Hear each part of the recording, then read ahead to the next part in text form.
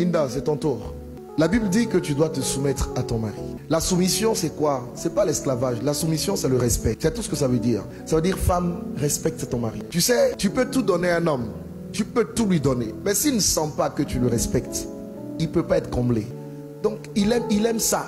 Il faut lui donner ce qu'il aime pour qu'il soit épanoui. Tu as compris? Maintenant, il y a une deuxième chose dont l'homme se nourrit. Ma fille, parfois, ton cœur est couché à côté, son amour est là, et puis il est 2 heures du matin, et puis lui-même, il ne maîtrise pas certaines choses. Il se retrouve dans ses conditions normales, c'est pas anormal, normales de température et de pression.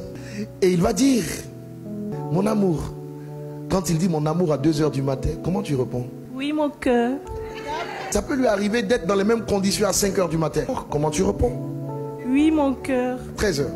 Mon amour? Oui, mon cœur. Vous savez, quand les gens se marient, il faut leur dire ce qu'ils vont rencontrer dans le mariage. Il ne faut pas leur enseigner la foi. Ça n'a pas de sens, dans un certain sens. Même si la foi est nécessaire partout. Quand vous regardez les causes de divorce, c'est quoi généralement? Soit madame dit, je ne veux pas aller avec monsieur. Bon, pour monsieur qui dit, je ne veux pas aller avec madame, c'est rare. Madame dit, je ne vais pas avec lui 1 an, 2 ans, 3 ans. Et vous avez la cause du sexe qui est la cause majeure. Une bonne femme dit oui à son mari. Et un bon mari peut comprendre que parfois sa femme est fatiguée.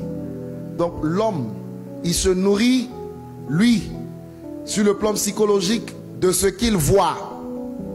Toi, tu te nourris de ce que tu entends. Ça veut dire que tu dois t'arranger tous les jours pour être tout aussi belle que tu l'es aujourd'hui. Les cheveux toujours bien faits, le maquillage toujours bien à l'endroit, les sprays, les déodorants comme il faut.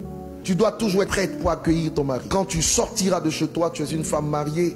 Il y a des parties de ton corps qu'on ne doit pas voir, qui sont réservées uniquement à ton mari. Mais s'il te plaît, Linda, quand tu es à la maison, ne t'habille pas à la maison comme tu t'habilles dehors. Ton mari doit être capable de voir ce que personne d'autre ne voit. Une femme sage a 2 faces. Il y a la face du dehors et la face du dedans. Quand tu es avec ton mari chez toi, ma fille, s'il te plaît, ne va pas me mettre une robe qui part du cou jusqu'au bout des orteils. Arnaud doit voir que Dieu t'a donné de belles jambes. Arnaud doit voir des choses que personne d'autre ne peut voir. Et il doit se réjouir en voyant ces choses. N'oublie pas, il fonctionne par les yeux. Donc tu dois lui en mettre plein la vue. Une bonne femme a un vêtement dans la maison qui est différent du vêtement du dehors. Elle a même une 3e dimension. Un autre vêtement dans la chambre à coucher. Là-bas, il ne faut pas aller attacher des pagnes. Ne fais pas ça. Tu es trop jeune pour ça. Il y en a parfois qui vont dans l'intimité. Elles portent des joggings. Sur le jogging, elles vont mettre un jean. Sur le jean, elles vont attacher un pagne. Sur le pagne, elles vont attacher un kimono. Le pauvre monsieur, pour rendre visite à sa femme, il franchit des obstacles insurmontables. Il y a des vêtements adaptés. Et tu les connais. Les nuisettes et tout ce qui va avec.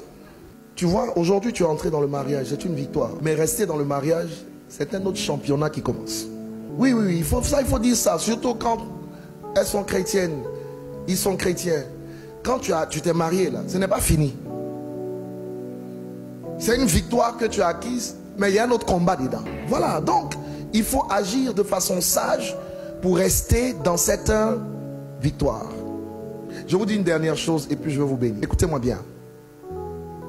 Arnaud, pour que tu puisses gagner ta femme, il faut gagner son cœur. Aimer, c'est gagner son cœur.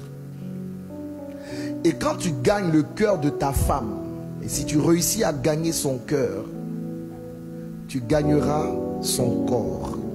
Ne cherche pas à gagner le corps si tu n'as pas gagné le cœur. Linda, tu veux gagner le cœur de ton mari? Ne cherche même pas à gagner le cœur. Gagne le corps et tu auras le cœur. On ne se marie pas pour être heureux. On se marie pour rendre l'autre heureux. Et si tu le rends heureux et qu'il te rend heureuse, vous vous rendez heureux. Vous êtes heureux.